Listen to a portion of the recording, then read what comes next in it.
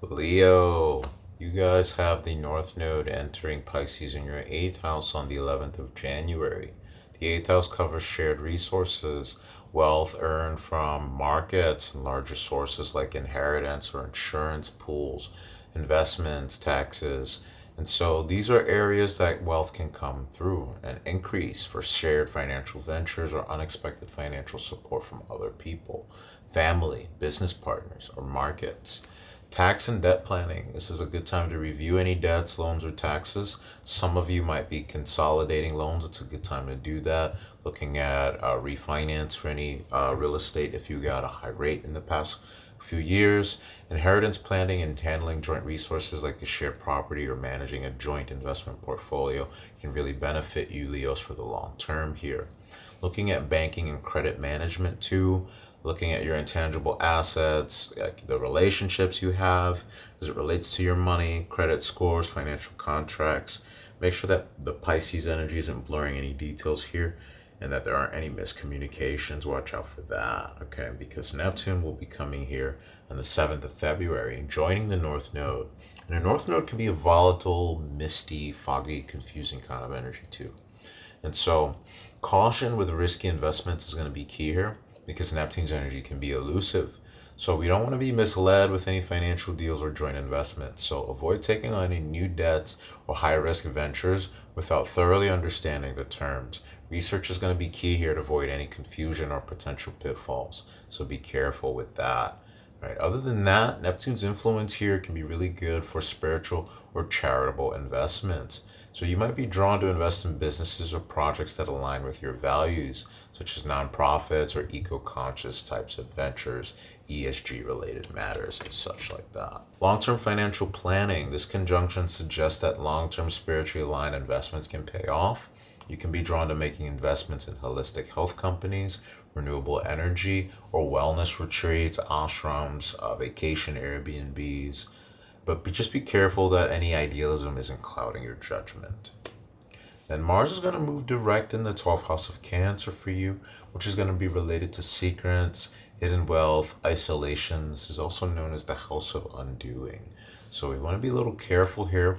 Mars can help uncover hidden wealth, which is nice when especially when it moves direct towards the end of February. If there's any hidden financial assets or hidden financial opportunities that you weren't quite able to see before, this might bring them into the spotlight for you to see. This can include unclaimed inheritances, undiscovered assets, insurance policies, crypto wallets, bank accounts, money that you forgot or that you were unaware of, checks coming in the mail, things like that of money that's owed to you. Mars here can talk about though volatility or theft or actions taken against you that we want to be mindful of. And so financial privacy can be a thing. You might need to take extra steps to protect your assets here. So just making sure your passwords, if there's been any data leaks, that you change them, or just making sure your investments are just well protected against fraud, okay? Debt repayment can be a useful use of this energy for some of you. Repaying debts, repaying loans, taking action on anything that needs to be cleared up to really stabilize your financial future. I like using this energy for that for you guys here. Then we get to the middle of March here, full moon lunar eclipse in Virgo in your second house of personal finances, income and possessions, self value, and family. So, shift in income here. This can bring about changes in your financial income. You might find yourself taking on new responsibilities or changing jobs here, which can really increase or shift your earnings for a time here. Practical investments is what this Virgoan energy likes. So is this tangible? Is this stable? Are we looking at things like treasury, protected inflation securities? I talk about why those are favorable more on my channel. Things like savings accounts that have high yield, like ones with the Fed, like money market accounts or real estate. It can be a good time to declutter your possessions and sell off any unnecessary items for extra cash, or just taking profit for your portfolio here. This can be a time where, particularly if your portfolio has performed well, I'm seeing this in many charts and I'm talking about this for many signs. This might be a good time for some of you to actually take profit if your portfolio has been performing well. All right, then not financial advice still. Now, May 24th and 2025, we have Saturn entering Aries in the ninth house. This talks about higher learning, legal matters, and international investments. So, from long-term educational perspective, Saturn can have some of you investing in education, legal studies, or other long-term learning projects that can really help enhance your career, which will then help enhance your income. So these investments, though slow, because Saturn can be slow and methodical, will pay off through increased earning potential for the long term. Structured foreign investments can be an interesting play for some of you guys. Again, be patient here because Saturn can bring delays, but as long as you're cautious and thinking about long term strategies here and not really getting into high risk adventures here, you will do quite well if they're structured, and particularly working on any legal or tax planning matters. It's a good time to really review any legal or tax obligations, maybe looking at potential tax benefits you weren't aware of, particularly if you're involved in any international business or real estate. Now, June 9th, Jupiter will enter the sign of Cancer in your 12th house of secrets, hidden wealth, and isolation. So, this can look like unexpected financial support and blessing, such as inheritances, gifts, or other forms of unexpected support. This can come from watery, faraway places, family members, hidden benefactors, or unclaimed assets you weren't aware of. Spiritual investments, wellness, spiritual retreats, charitable causes. These are all good places to invest in, spend time in, and or just put some spending some money or some time just for yourself, in the sense that just aligning the investments that you put money into with your values and just making sure that you're researching these things as well. Debt relief is another good use of this energy, whether that's refinancing or consolidating debts during this transit with Jupiter in the 12th. You have a year for this. So this is the middle of 2025 to the middle of 2026 to kind of get some debts off the table that need to get wiped off the table for you. July 7th, Uranus will enter the sign of Gemini in your 11th house of networks, community, who you know, kind of big brother, big sister energy, collective wealth, and your long term goals, hopes, and dreams, and money from the 10th house of career as well. So, Uranus here talks about opportunities related to tech driven or innovative financial projects or investments. You can join a startup, invest in fintech, or get involved in a community-based financial initiative that's bringing in AI or more technology. It can be sudden gains from social networks, social media, selling something or communicating something online. New friendships or alliances can offer lucrative opportunities, particularly if it's related to tech or you communicating or just communication sectors in general. Crowdfunding and community investments, interestingly enough, can look good here. The 11th house talks about collective wealth, and Uranus wants to support modern and unconventional methods of raising or investing money. So, with Uranus here for the next, 6, 7, 8 years, however long it's going to be in the sign of Gemini, crowdfunding and community investments can be an interesting way of raising money that you might not have done before. Now, September 7th, full moon's eclipse in Pisces in your 8th house of shared resources, inheritance, and taxes, and loans, and marriage partners, and markets.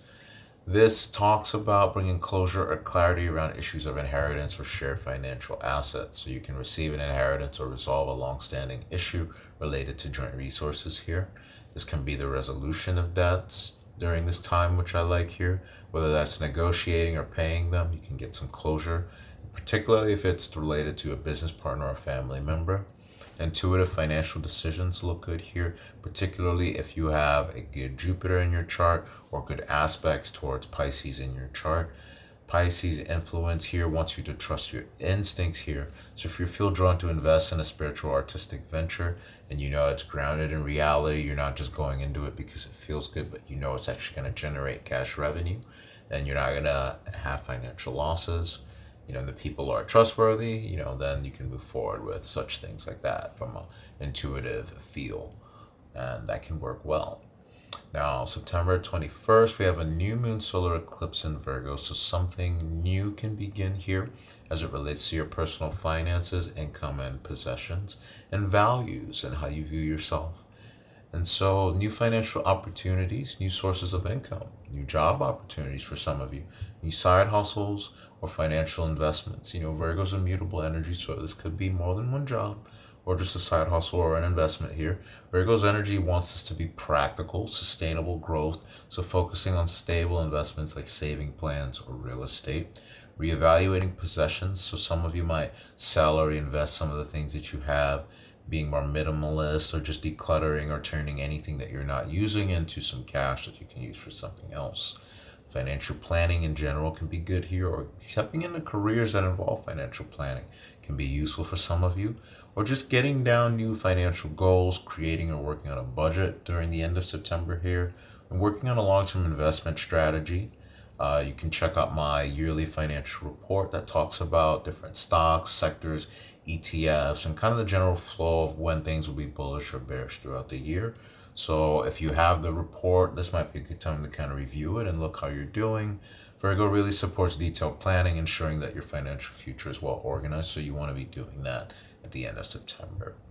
So this is really encouraging you guys to focus on long-term investments, disciplined financial strategies. These are things I talk about in one-on-one sessions, and innovative ventures.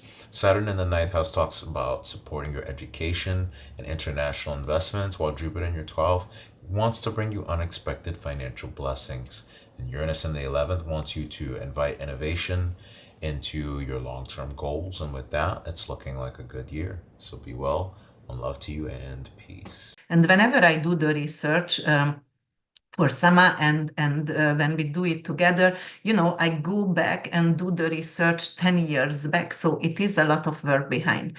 The way I wrote, and actually I'm not going to talk about each individual sign. Sama, you're going to actually summarize that for them right now in this video.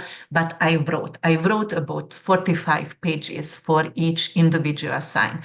The best is to purchase that for your rising sign, but actually you can purchase it all and give it to your friends as well if you would like to. But the other thing is, I would recommend that to purchase it for your rising, after your sun sign, and after your moon sign. So, on the other hand, what I really wanted to say over here, you already talked about the career and but this is really finance based. It is, guys, I went really deep into to giving you opportunity to watch out for market and which companies to watch for, which companies to invest in, and I checked it each of them individually. So a lot of sweat and blood went into this.